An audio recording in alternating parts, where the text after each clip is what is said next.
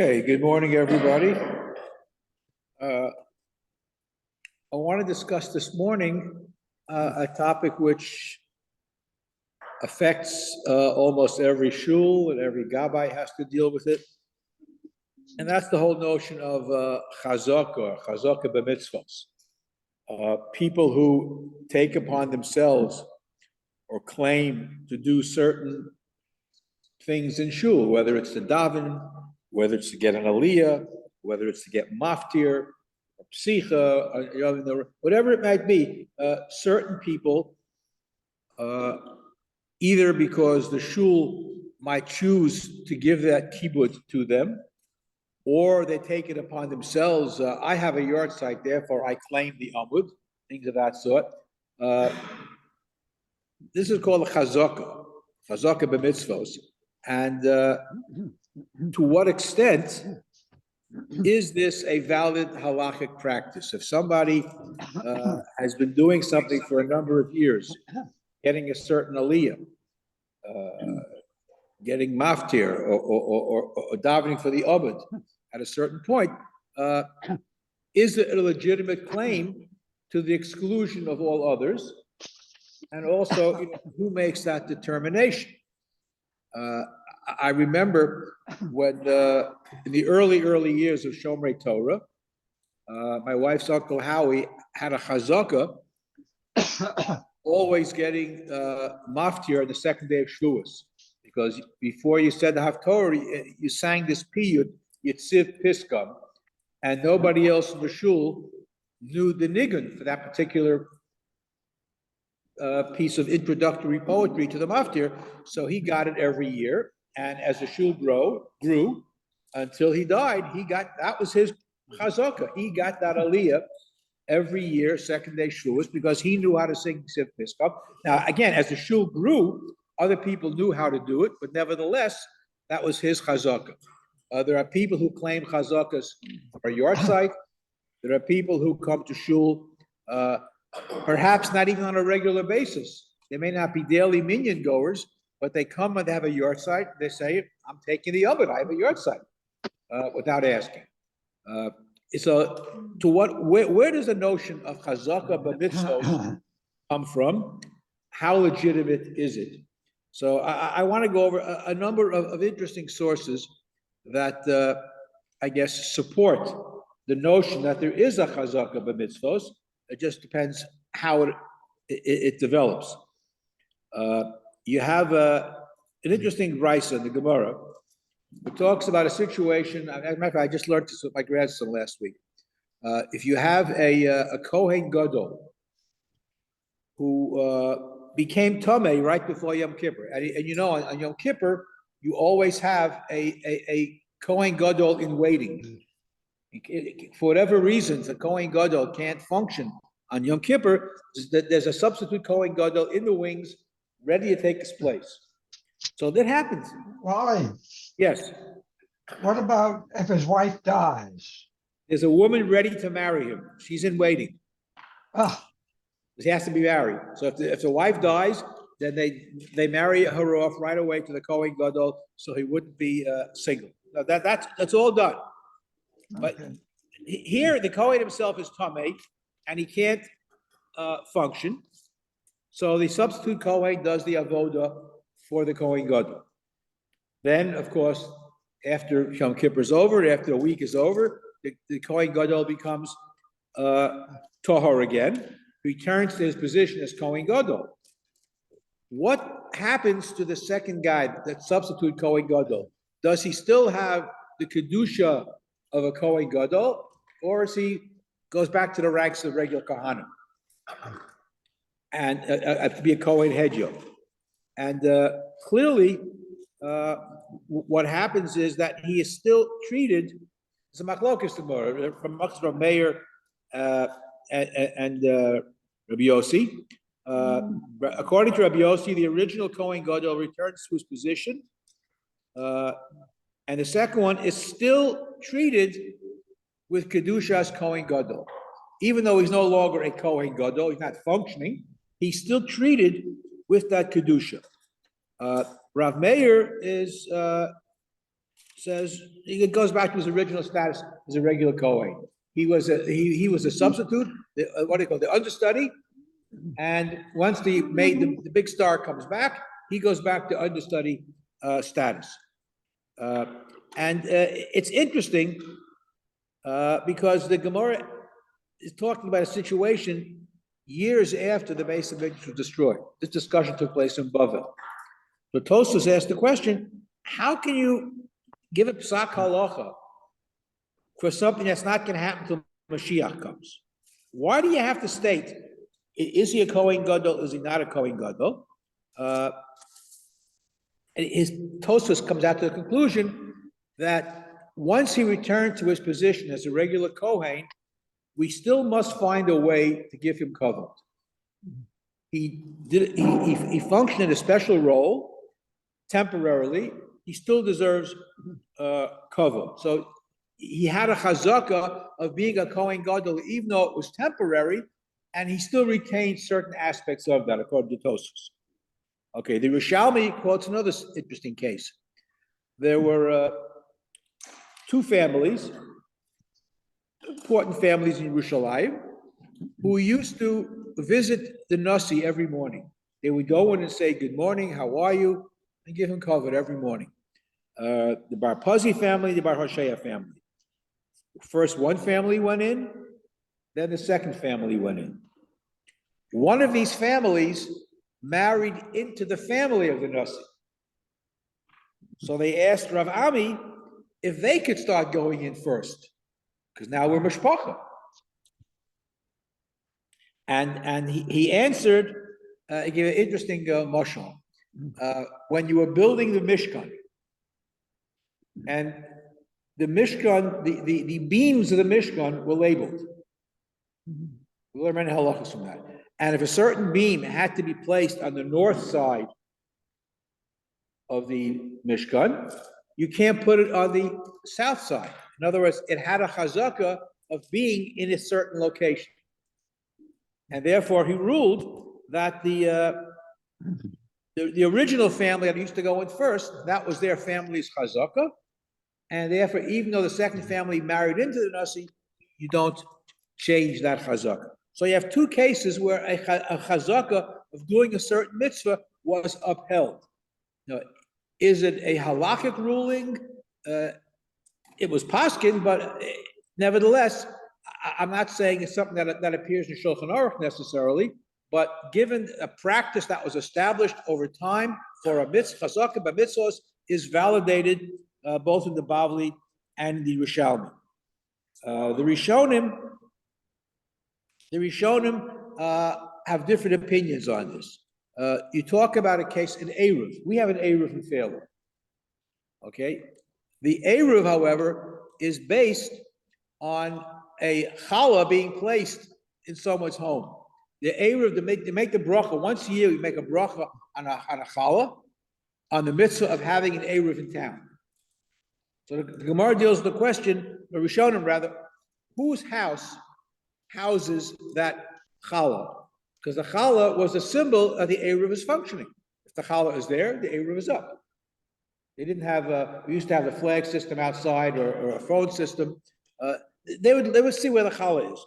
So the question is, can you move that challah? You know, it was considered a great kavod for a person to have a challah in their home to symbolize the Eruv is in the community.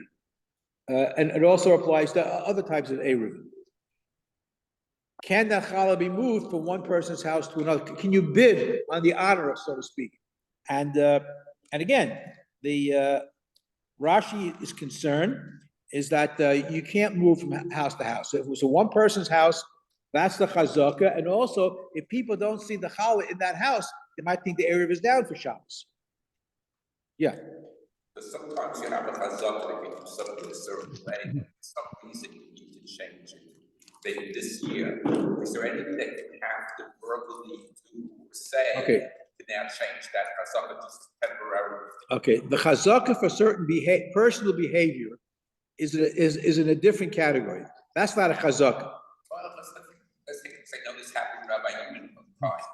Rabbi Greene has a chazaka that he doesn't come to early minyan certain times of the year Friday night. And I think for some reason, he changed that one year. And actually, I think what he did, after he came back, he came and gathered a whole bunch of us, and he did the Torah study. Ah, that's it. Okay, so that's the point. It's not, if it's a chazaka and it doesn't require HaTorah Nedarim. If it's an hanhaga, a certain practice that a person does consistently, and then he wants to change that practice, that might require HaTorah Nedarim.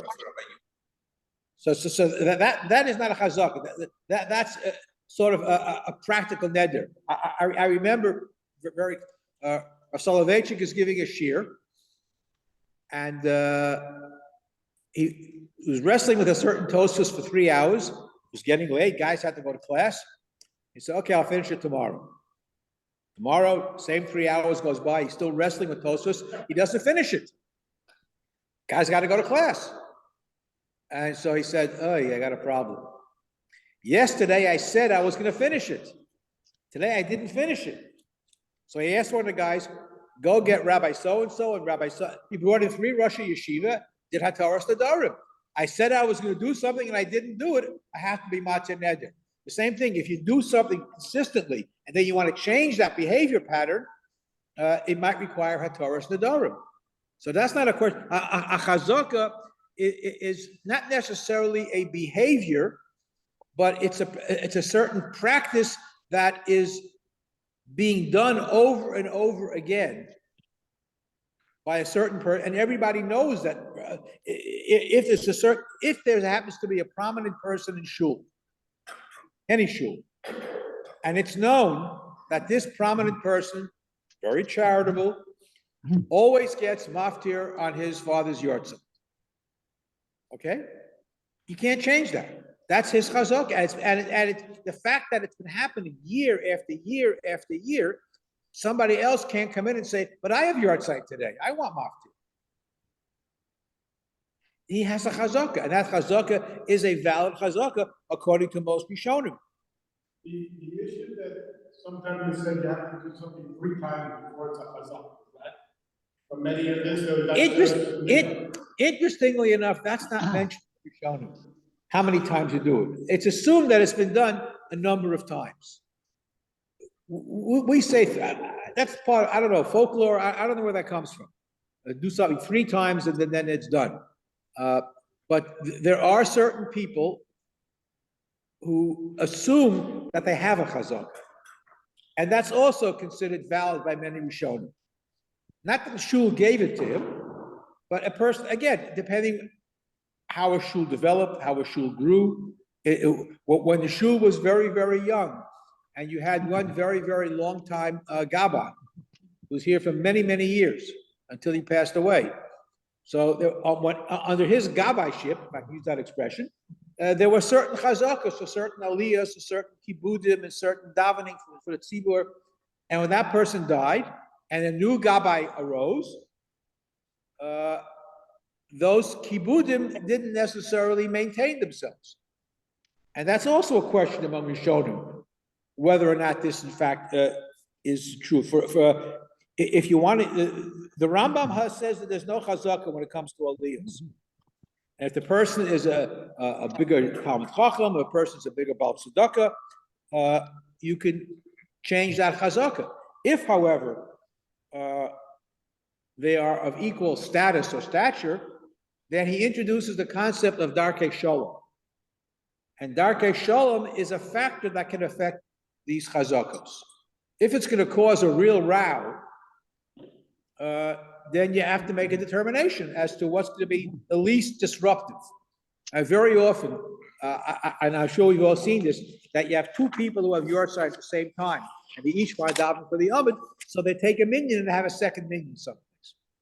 How appropriate that is a separate question. But very often, we've seen it in many, many shuls, that when there are 2 people who have your side the same night, and they each want to daven, so one person will take 10 guys, they go in another room, and he'll daven and have a separate minyan. And that solves that problem. Sorry? Yeah, that's a different kind of chazaka. Chazaka for ownership, that's a whole inyan in Nezikin, and that's a separate. We're talking about chazaka by mitzvahs now. Chazaka in terms of property, what do they call those people that, squatters have a certain right. There are a lot of interesting halachas in the Zikin in terms of property chazaka. Here we're talking about chazaka of mitzvos. That's a separate halakha altogether. It's not a chazaka, but it has to do with makom kavua. And in a person should daven in the same place all the time, whenever possible. And in the Middle Ages, they actually bought this a literal seat. They bring their own chair. I mean, that one bench, a chair. They actually would bring seats into the shul in a certain location, pay for that right, and it was able to be inherited by the son. But it was literal. So you'd go into many shuls in the Middle Ages, in plenty of communities, and you wouldn't see a bench. Benches say different size chairs, different seats. Everybody would have their own seat. That's literally buying your makom kavua, and that becomes your seat. Today, we don't actually do that, but you put nameplates on, this is my seat. Interesting question, if somebody comes in and sits in your seat, what do? There are interesting halachos about that too. What if a guy has a certain chazaka on Glila every year on Yom Kippur? Let's assume. And he makes a donation for it. And one year he had financial difficulties. And he couldn't afford to make the big donation. So somebody else bought it and had Glila that year. Next year, his financial position improved. Does he go back to his original chazaka or not?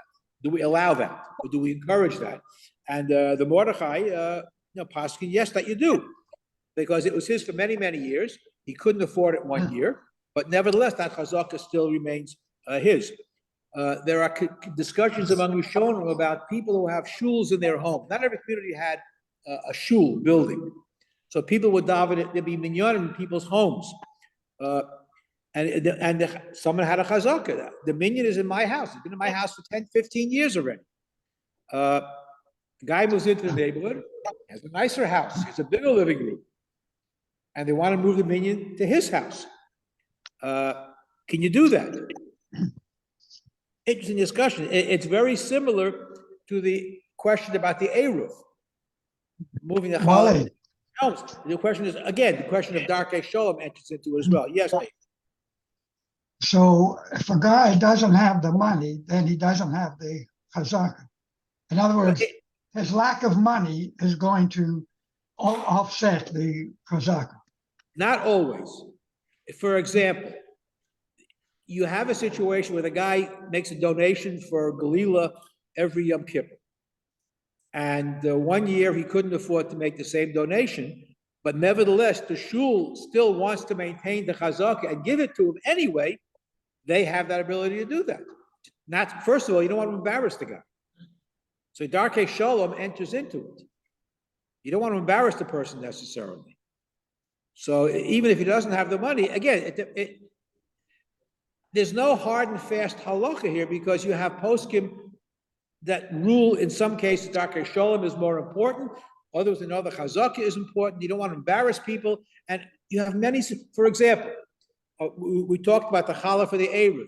You also had, it was a minhag that every Friday, it's still done in Yerushalayim, before Shabbos, they blow shofar. Let people know Shabbos is coming, close your stores and so forth. The shofar that was used to announce Shabbos was kept in the Nasi's house. That was the location. Can you move the shofar to someone else's house? Does he have a chazak on keeping the shofar that used to be blown Erev Shabbos in his house? There's a whole discussion of that too. Because he had to make sure somebody would blow it on time. Is there a kashash, maybe that the shofar was puzzled or something happened? Again, Darkei Shalom enters into it. There are different elements that would support the whole notion of chazaka b'mitzvos on the whole range of mitzvos. Davening, shofar, challah, eruv, the many, many different types of mitzvos. What if you're using, you have a minyan, or a shul or someone's house, and you're using a donated Sefer Torah. Somebody donated a Sefer Torah in memory of his father, or whatever the reason might have been. you're using his Sefer Torah. And then the shul buys its own Torah. All right? Does the individual have a claim against the tzibur and say that you have to, no, you got to keep using my Torah. I donated it. It's my chazakah. I want you to use my Torah. Is this chazakah a valid chazakah or not? And the Ramah discusses this. And the shul, basically, the Ramah comes out and says the shul should use this person's Sefer Torah. The shul Why Sefer is it Torah, even, why is it even a shaila? Why because wouldn't it be? because now the shul has its own Sefer Torah and it doesn't necessarily need his Sefer Torah. But the fact that his Sefer Torah was there first, he has a chazakah. Now, there are times, of course, when you need more than one Sefer Torah, of course. You don't want to roll it. So that's, of course, appropriate. But the person, just because the shul bought the Sefer Torah, doesn't mean that this person's gift or donation of the Sefer Torah's usage, while they didn't have a Torah, should be neglected. He had a chazakah, it should be honored. Does it work the other way too?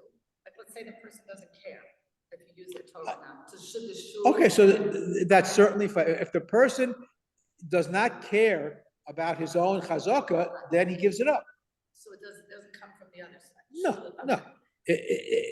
The shul, the appropriate position to take, I would imagine, if the shul finally buys a Sefer Torah, they go to the individual and they say, this is your chazakah, your Sefer Torah, we've been lending for the years, we want to continue lending for it. However, are you willing to overcome or give up your chazakah so we can use this new Sefer Torah that belongs to the tzibur now?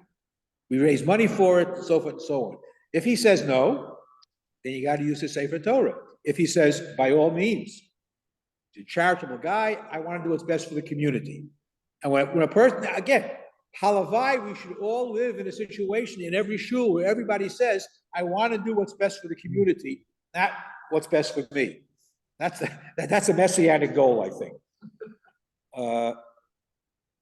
Okay, and the whole notion of selling mitzvos is a separate discussion, how appropriate that might be.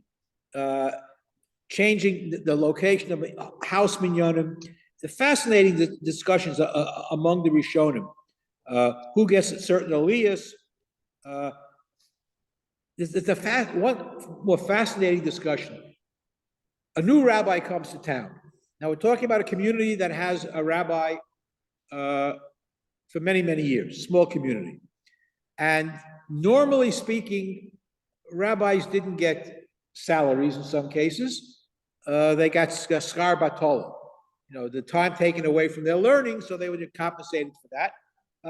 Very often, if a rabbi in a community, and now we're talking about a time when you had officially appointed synagogue rabbis. You didn't always have synagogue rabbis. That's a medieval innovation, when people didn't know enough to do things by themselves. You don't need a rabbi to be Masada Kedushin. You don't need a rabbi to officiate at a funeral. There are very few things you need a rabbi for. A person can marry his own wife without a rabbi. You don't need a rabbi to read the ksuba or to make the brachos. You can do that yourself. Same thing at a funeral. There are very few things. You need a sofer to write a get. You need a skilled person to do certain things, but rabbis are not needed for most rituals. And that's where the practice came. And it's Rabbi Akiva Eger and the Magen Avraham question whether this is appropriate or not. If you have a salaried rabbi in the community, he gets paid a salary. We're in the modern period. Should you pay a rabbi extra for officiating at a wedding or a funeral? All right, should you? Because now there are many rabbis who don't accept money for that. There are many rabbis who will never take money for that. Because that's your job as a rabbi. You officiate at the funerals of synagogue members. You officiate at their weddings. That's part of your job. So a new rabbi comes to town, and he's being asked to officiate at weddings and funerals, and people are paying him for that. Does the old rabbi have a chazakah on this or not? was, are you allowed to pay the new rabbi and not give the money to the old rabbi as well? After all, that was his chazakah for many, many years. He retired, but still people had a relationship with the old rabbi, and they would call on him for their children or grandchildren, whatever the situation might be. And it's a machlokas achronim, actually. And some people actually question the whole notion of whether a rabbi should, in fact, take money for doing what is essentially their job, quote unquote. Fascinating discussion about chazakas there. Certainly about that there are different. Now, our times today are very different. Before electricity, people used to give money for candles in shuls. They would donate money specifically for candles. They would donate money to purchase the wine for Kiddush and Havdalah. And again, are these hereditary chazakos? If a person took it upon himself to supply the shul with candles or supply the shul with wine and he passes away, does that chazakah go on to his children or not? Fascinating discussion. And again, many would hold not. Some would say it's not automatically passed on. But if a person stipulates, I'm donating this, but I want it to remain in my family, that chazakah will pass on to the children if he wants to do that. The same thing is true with synagogue seats. When you purchase a seat, you could stipulate that this is my makam kavua for me and for my family afterwards. So these are types of chazakos. Are there automatic chazakos, whether it means reading from a certain Sefer Torah or not? Are the monetary chazakos are a whole separate discussion. One of the achronim, the Marsham, says that basically he disagrees. His chazakah doesn't apply to mitzvahs. As a matter of halacha, our practice is to honor chazakah, but it's not necessarily mandatory. And then they go into the whole issue of darkei shalom. To what extent does darkei shalom play into the whole notion of a chazakah? If it's going to disrupt the feeling, if it's going to cause acrimony in shul, the person doesn't get his chazakah, or the opposite, it's going to cause acrimony if he gets chazakah. Let's assume, and I've seen this happen many times, I'm sure others have as well. There's a guy whose Hebrew is not that great. He doesn't read Hebrew well. He stumbles over the words, but he insists on getting maftir on his father's yahrzeit every year. And it's painful to listen to him. Do we give it to him or not? Now, there's darkei shalom, there's embarrassment issues. How do you weigh these two issues? You don't want to cause a big fight in shul. On the other hand, there's tircha de tzibura, and tircha de tzibura is a whole separate shiur all by itself. I mean, there are so many things we do to avoid tircha de tzibura. I mean, you won't roll a Sefer Torah because a few seconds will take away from, it's called a tircha de tzibura. Bring out a second Sefer Torah. That's why you don't roll the Torah if you only have more than one Torah. Big question. It's a big question that it's debated. On the other hand, and this is where you need a gadol to make a psak halacha. If that particular chazakah, whether it's good or not good, whether it's pleasant or unpleasant, if it benefits the entire tzibur, if the guy is making a big enough donation or doing a service that someone else may not be able to do, let's assume that he wants to lane. And he's not a very good Balkoreh. But he makes a big donation to the shul for that honor to lane his bar mitzvah parsha. So that chazakah, in many cases is upheld. Many contemporary poskim talk about, the whole notion, how do you purchase a mitzvah? Are mitzvahs up for sale? Normally we say no. But if the purchase of that mitzvah and the establishment of that chazakah is going to benefit the tzibur, then there's validity to it. So it's not engraved in stone, but the notion of chazaka is firmly entrenched in the halacha as a valid concept, especially when it benefits the tzibur. If a guy just says, I want it because I want it, and there's no benefit to giving it to him, that's a different situation. But if something has happened 3 times or more over a period of time, and it benefits the shul, and a person makes a donation for it, or if a person simply is good at what he does, and you want to give it to him as opposed to somebody else, there's certainly sufficient grounds among Rishonim and many Achronim to support the whole notion of chazaka. So it's not just an old wives' tale, but it's something that's a very, very valid and established principle in halacha, especially when the tzibur benefits from it. But it has its sources going back to the Kohen Gadol, and going back to some of the other cases that we mentioned about the Eruv and the Challah and so forth, that Darkei Shalom is a very important principle. And Darkei Shalom cuts both ways. Darkei Shalom, you don't want to insult or offend somebody, especially if he's benefiting the tzibur. On the other hand, you don't want to impose anything on the tzibur that they find uncomfortable or distracting. And sometimes you have to balance the two. And I say, if the guy doesn't lane very well, but it's his chazaka, or if he wants maftir, or he wants a daven for the Amud, and he breaks his teeth on the Hebrew, but he's a big donor. You have to make decisions, and these are not always easy decisions, and not everybody will agree. When our shul was first starting, and it was very painful, but we need, and a decision was made that there were certain people that came to shul once a year on Yom Kippur. Sometimes not even wearing sneakers. But they were big donors to the shul. And the shul needed money in the beginning, just to function. And these people got aliyahs on Yom Kippur. Wouldn't happen today, but in the 1970s, it happened. It happened. Because, again, Darkei Shalom, you don't want to offend somebody. Maybe by giving this person a kibbutz, they might change their ways. And in point of fact, one particular individual that I remember, after a couple of years, started wearing sneakers on Yom Kippur.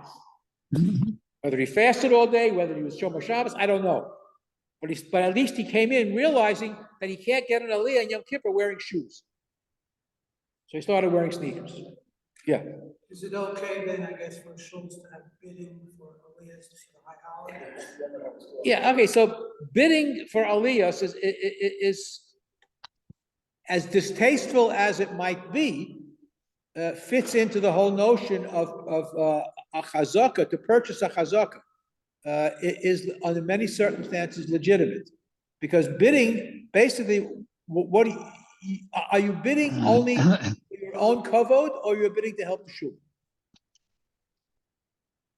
And in the end, you have the needs of the community that would supersede individual or personal needs. So in the end, who will benefit from it? Sure, I'll get the aliyah, or I'll get the first pasuk of Atar Reisa, whatever it might be. But in the meantime, who really benefits? The shul, community. So under those circumstances, most poskim would say, yeah, you can purchase a chazak. Now again, if a certain person buys the first pasuk of Atar Reisa every year, and you know he's good for X amount of dollars, that's his chazakah. I remember, and I'll finish off with this. I remember very often, I used to go down to 770 Lubavitch for Simchas Torah. It was an amazing experience. And the first chazak, the first aliyah, the first Atar Reisa, first hakafa, wouldn't begin till 3 o'clock in the morning, Simchas Torah, because everybody was bidding for the right to purchase the first pasuk so the Rebbe could read it. And people flew in from Africa, from Australia, from South America, and this $5,000, $10,000. And what was it all about? Mr. Ginsburg from Johannesburg purchased the first pasuk Atar Reisa for $10,000. And what did he get for the $10,000? The Rebbe would take his cup and he'd go, And read the first pasuk. That was it. But in the end, Chabad benefited from it. And if in every pasuk got to erase it. That's why it took so long until they were able to begin the Hakafos at 3 o'clock in the morning. But all it was, they accepted the bid, Rabbi just l'chaim in this guy's direction, and that was it. Read the pasuk. That was worth $10,000 or more. Anyway, have a good morning and enjoy your chazakos, whatever they may be. Wally, Yes. isn't there a requirement to use a Sefer Torah that you can't just leave it in the Aron at least once a year? Well, you know, the reason that you use a Sefer Torah once a year is simply to air it out so the letters don't get too dry. Because very often, if you don't read a Sefer Torah over a period of time, the ink dries up and the letters crack. And therefore, it's a good idea every so often to roll Sefer Torah that aren't used that often just to aerate them. Right. Whether you have to use them in terms of a chazaka to use the Sefer Torah, that's a separate question. I don't think that's as established in halakha that you have to, but you should, as a practical matter, roll all the Sefer Torah that aren't used frequently simply to aerate the cloth so that the ink doesn't dry up. Because when the ink is thick, and they call it in Yiddish, oisiyah springen, the letters will crack and pop off the page. You have to aerate it so that the Torah doesn't get possible. Right. Okay. By the way, in my old shul, we had a case where, the mantles on the Torahs were going bad, and the Rav ruled that if it's 50 years old, that somebody else can donate a new one and cover the Sefer Torah with it. Okay, interesting psak. After 50 years, you can buy a new mantle. Okay, I mean, the person who donated the original probably isn't around anymore, so he wouldn't object. Right. But that's very good. Right, that practical application of chazak. It's alive and well. Wally, Okay. Yes, Nathan. what would you do with a man who had a chazaka for a certain aliyah? He was a single man. He had this chazaka for a number of years. Then he got married to a non-Jewish woman. That's a whole separate question. Do you allow people who are public or flagrant violators of Torah to get kibudim in shul? And unfortunately, many rabbis have different opinions on that. As long as the shul benefits, they kind of look the other way sometimes. How appropriate that is a separate issue. But a person who obviously does this publicly shouldn't be getting aliyahs. In many cases, would not be counted in a minyan. I would have difficulty imagining a person who would make that kind of donation doing something like that. But it could happen. But clearly, people that are flagrant public violators of Torah do not get kibudim. For the same reason, and I conclude with this, is that people who refuse to give their wives a get, their names are published on a list, and they shouldn't be counted in a minyan. They should be publicly, embarrassed as often in order to make them do what they're supposed to do. And there are lists that are published in the newspapers all the time of individuals, and they should not be counted in a minyan. They shouldn't get an aliyah until they do what they're supposed to do. And in some cases, these are prominent people. But you clearly have to pay for your sins, so to speak. Okay. Yishem Adonai Baruch Me'atov Yad Olam. Didn't see it, I guess. Rosh Kal Mishlot V'Chayinu.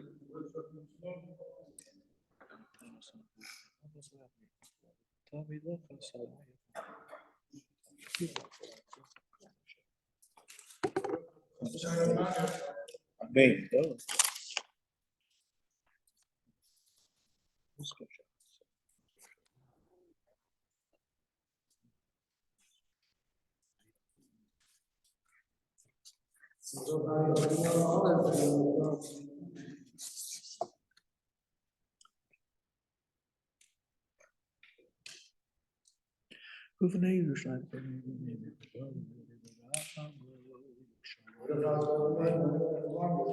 Amen.